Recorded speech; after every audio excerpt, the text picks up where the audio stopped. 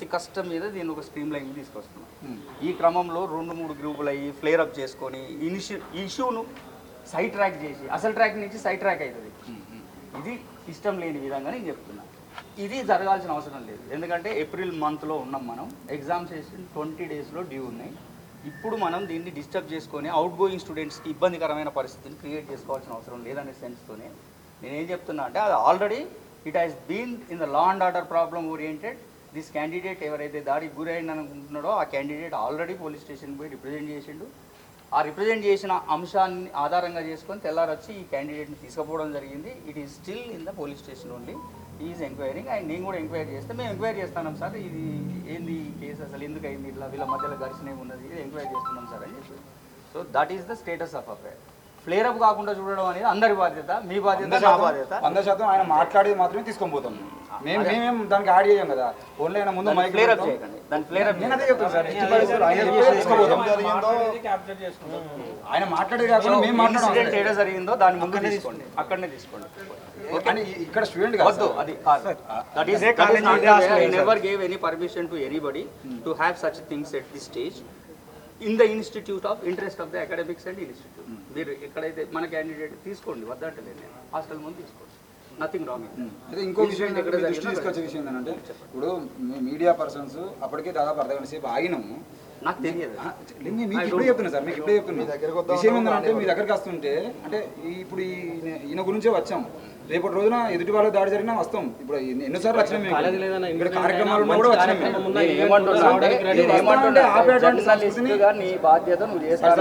వస్తుంటే ఆపేటువంటి విద్యార్థులు ఎవరైతే వాళ్ళకి ఒకసారి చెప్పండి. మేము గొడవ చేసాం రాలే, ఎవరి మీద ఏ వర్గం మీద dialogue and deliberation and discussion I will call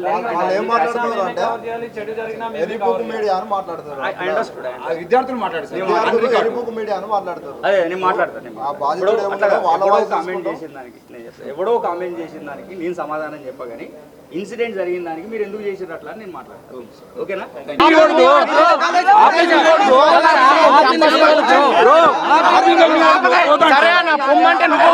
campus లాగా వచ్చి నన్ను కూడా అంటున్నావు. మేము కూడా క్యాంపస్ ఇక్కడ చదువుతున్నాం బ్రో. నేను కూడా నిజంగా ఎట్లా మాట్లాడుతున్నాం బ్రో? కాదు బ్రో, మేము వెళ్ళిపోదాం అంటే ఈయన వచ్చిండు.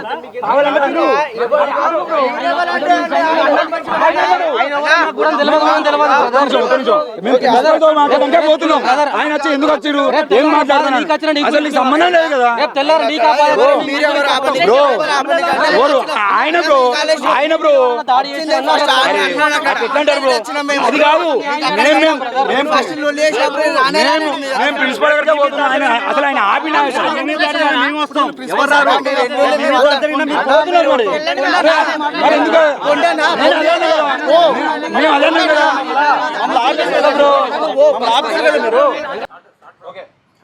నా పేరు వంశీ అన్న. నేను BA second year EPP group Nizam కాలేజీలో చదువుతున్నాను.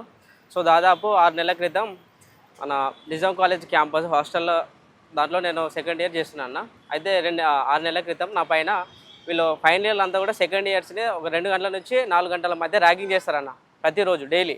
అయితే దాన్ని నేను ఎదుర్కొన్నాను అన్న. ఒక క్యాండిడేట్ మనకు ర్యాగింగ్ చేస్తే ఇది నాకు నచ్చట్లేదని నేను అతని పైన ఎదుర్కొని మాట్లాడినా. ఆ రోజు మాట్లాడి కూడా ప్రిన్సిపల్ కూడా కంప్లైంట్ చేసినాం దానిపైన. ప్రిన్సిపల్ కూడా కంప్లైంట్ చేస్తే ఎంక్వైరీ చేసి ఆ పిల్లోడిని సస్పెండ్ చేసిరన్న.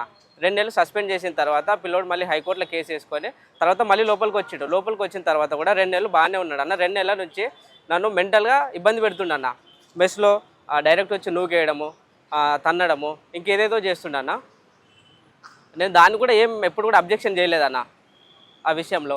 కానీ నేను రాత్రి 10 గంటల 30 నిమిషాల కన్నా నేను వాళ్ళ కింద ఏదో గొడవ పడుతుంటే నేను ఏదో గొడవ అవుతుందని డోర్ తీసుకొని నిల్చున్నాను అన్న. నిల్చున్న తర్వాత వాడు బీర్ బాటిల్ చేతిలో పట్టుకొని, అరే లంచోడుగా లోపలికి పోరా, నీకైతే నేను భయపడాలారా, నువ్వు కంప్లైంట్ ఇస్తే ఎవరికి ఇచ్చుకుంటావు ఇచ్చుకోపో, ఏం బిక్కుంటావు బిక్కోపో అని బీర్ బాటిల్ నా పైన ఇసిరిండి అన్న. నేను తప్పుకున్నాను అన్న. బీర్ బాటిల్ నా పైన కోసం నేను తప్పుకున్నా. బాల్కానికి దాగి కింద పడిపోయింది అన్న. ఆ తర్వాత పోలీస్ వాళ్ళకి నేను ఇన్ఫామ్ చేసి, సార్ ఇట్లా నా పైన దాడి జరుగుతుంది సార్, వీళ్ళు నా పైన నాకు వీళ్ళ వల్ల నాకు థ్రెట్ ఉంది సార్ అని కూడా నేను కంప్లైంట్ చేశాను అన్న. నైట్ పోలీస్ వాళ్ళని పిలిపించి హాస్టల్ ముందు కూడా డిస్కస్ చేసిన తర్వాత దాదాపు 12 గంటలకు పోలీస్ స్టేషన్కి పోయి కూడా కంప్లైంట్ చేయడం జరిగిందన్న. ఒకటి ఈ సీనియర్ జూనియర్ అనే డామినేషను నిజాం కాలేజీలో ఇంకా కూడా దాదాపు 100 ఏళ్ళ చరిత్ర ఉన్న నిజాం కాలేజీలో ఇంకా కూడా జూనియర్ సీనియర్ అనే ఈ కల్చర్ ఇంకా పోవాలని నేను ఫైట్ చేశానన్న. దాన్ని మనసులో పెట్టుకొని కక్షపూరితంగా నన్ను ఇంకేదో చేయాలని కుట్రపూరితంగా మనసులో పెట్టుకొని నన్ను చంపాలని చూస్తుండన్న. ఆ మనిషి వల్ల నాకు థ్రెట్ ఉందన్న, హర్ష అనే అబ్బాయి వల్ల. అవునన్న, క్యాంపస్ వార్డెన్ ఉండడన్న. వార్డెన్ రాత్రిపూట అస్సలు ఉండడన్న, క్యాంపస్లో అస్సలు ఉండడు. సెక్యూరిటీ ఒకళ్ళే ఉంటారన్న. లేదన్న, ఎవరు ఆపలేదన్న. 300 మెంబర్స్ ఉంటారన్న హాస్టల్లో. ఒకళ్ళే ఉంటారన్న, ఒకటే సెక్యూరిటీ ఉంటాడు హాస్టల్కి, ఒకటే సెక్యూరిటీ ఉంటాడు అన్న. నేను ఇంతకుముందు కూడా చాలాసార్లు కంప్లైంట్ చేశానన్న, పిల్లల జీవితాలు ఖరాబ్ అవుతాయి అని. చాలాసార్లు 10 సార్లు కూడా నా పైన దాడి చేస్తే బీర్ బాటిల్తోనే. సరే పోతే పిల్లల జీవితాలు ఖరాబ్ అవుతాయి అని నేను ఓపికతో నుండి కూడా ఎప్పుడు కూడా కంప్లైంట్ చేయలే. కానీ రాత్రి నా కళ్ళ ముందే బీర్ బాటిల్ పట్టుకొని లంచ్ చూడగా నువ్వు లోపలికి పోరా, నిన్నైతే భయపడాలారా అని డైరెక్ట్ బీర్ బాటిల్ ఇస్తుండను నా పైన. దీనిపైన మేము రాత్రి ప్రిన్సిపాల్కి కూడా కాల్ చేస్తే రెస్పాన్స్ కాలేదన్న రాత్రి. అయితే మార్నింగ్ రాత్రి పోలీస్ స్టేషన్ పోయి కూడా కంప్లైంట్ చేసినాం. ఇప్పుడు పోయి ప్రిన్సిపల్ సార్ని కలిస్తే కూడా నా పరిధిలో లేదు, ఇప్పుడు దాటిపోయింది. అవుట్కమ్ పోలీస్ నుంచి కూడా ఎంక్వైరీ జరిగిన తర్వాత ఏమన్నా వస్తే దానిపైన నేను ఏమన్నా మాట్లాడగలుగుతా అని చెప్తున్నాను. దట్టు నేను మీడియాని పిలిపించి ఒక ప్రెస్ మీట్ పెడతా అంటే కూడా కాలేజీలో పర్మిషన్ ఇవ్వకుండా, దట్టు నేను నిజాం కాలేజ్ స్టూడెంట్ అయినా నాకు పర్మిషన్ ఇవ్వకుండా హాస్టల్ కాడ పెట్టుకో. మేము అడిగినామన్నా క్లియర్గా, సార్ ఇప్పుడు కంప్లైంట్ ఇచ్చారు నా పరిధి దాటిపోయిందని మాట్లాడుతారు, పొరపాటున నాకు ఏమైనా జరుగుంటే ఎవరు సార్ రెస్పాన్సిబిలిటీ అని కూడా క్వశ్చన్ చేసినాను. అప్పుడు సార్ ఏం మాట్లాడట్లేదన్న. సో ఒకటి నేను ఏం కోరుకుంటున్నా, ఇప్పుడు అన్న ఆ కాలేజీలో ఇప్పుడు హర్ష అనే అబ్బాయితోనే దట్టు ఇంకా వాళ్ళ ఫ్రెండ్స్తో నాకు లైఫ్ థ్రెట్ ఉందన్న. ఖచ్చితంగా నాకు పోలీస్ భద్రత కావాలి. ఇంకోటి సీసీ కెమెరాలు అన్న. నాకేమైనా ప్రిన్సిపల్ అండ్ హర్ష అనే అబ్బాయి వీళ్ళే బాధ్యులు అన్న. చేశానన్న. ఇంతకుముందు మాజీ ప్రిన్సిపల్ రాజశేఖర్ సార్ ఉన్నప్పుడు కూడా నాకు ఒక 2 నెలలు కానిస్టేబుల్ కూడా ఇచ్చిండన్న హాస్టల్ దగ్గర.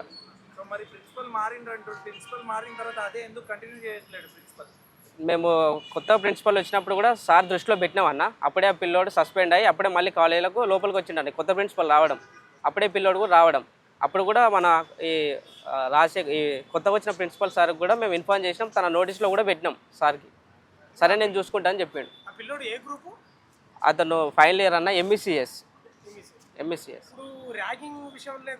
అంతే అన్న, ర్యాగింగ్ విషయంలో ఈ కల్చర్కి అంతా కూడా నేను యాంటీగా నిలబడి ఆ 300 మందిని ఒక్కనే నన్నే చేసిన 3 గంటలు.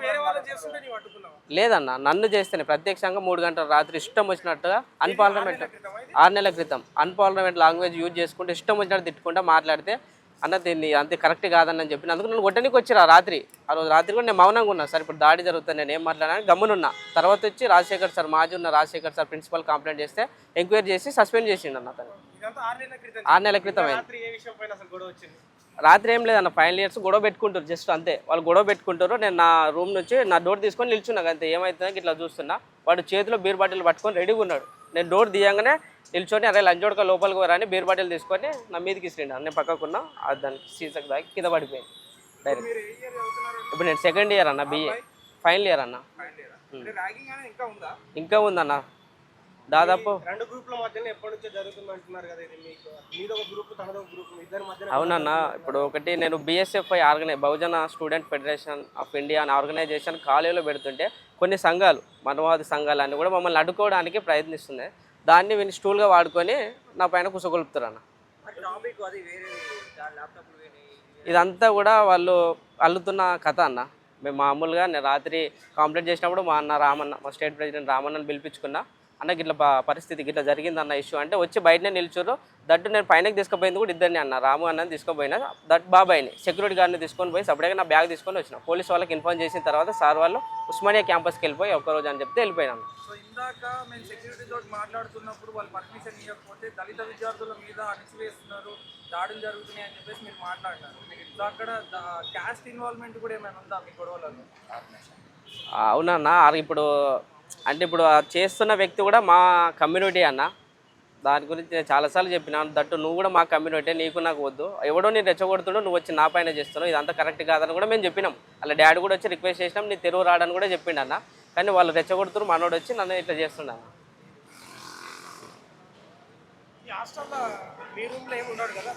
లేడన్న, వాళ్ళు ఫస్ట్ ఫ్లోర్ గ్రౌండ్ ఫ్లోర్ వాళ్ళది, సెకండ్ ఫ్లోర్లో మేము జస్ట్ సెకండ్ ఇయర్స్ ఉంటాం అన్న. పిల్లలు సెకండ్ ఇయర్స్ పిల్లలందరూ కూడా వాళ్ళ ఉచ్చులో పెట్టుకొని భయపెడతారు అన్న. ఏమన్నా అంటే మీరు వంశీగానికి సపోర్ట్గా మాట్లాడితే మేము కొట్టడం కానీ తిట్టడం కానీ ఇంకేదో చేస్తారన్న.